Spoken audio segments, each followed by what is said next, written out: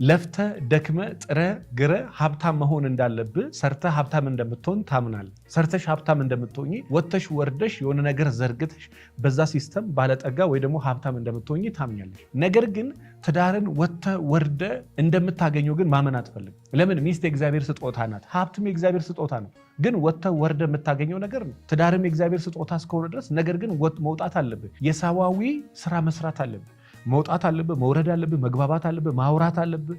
ከሴክሹዋል ንክኪ ውጪ ሴቶች ጋር መግባባት አለብህ፣ ሴቶችን ማናገር አለብህ፣ መጠየቅ አለብህ። ወጥተሽ ከወንዶች ጋር መገናኘት አለብሽ፣ ማውራት አለብሽ፣ መልበስ አለብሽ፣ መኳኳል አለብሽ፣ ራስሽን መጠበቅ አለብሽ፣ እንደ ሙሽራ ማጌጥ አለብሽ። ይሄ ካልሆነ አንቺና ጋብቻ በጣም ረጅም ዓመት ትራራቃላችሁ። በጣም ረጅም ዓመት። የእውነት ያላገባችሁ ወጣት ሴቶች፣ ያላገባችሁ ወጣት ወንዶች ራሳችሁ ላይ መስራት ከፈለጋችሁ ሐምሌ 3 የሚጀምረው ስልጠና በጣም ብዙ ነገር ያግዛችኋል። ሐምሌ 3 ከሐምሌ 10 ስልጠና ነው። ደውላችሁ ተመዝገቡ። አመሰግናለሁ።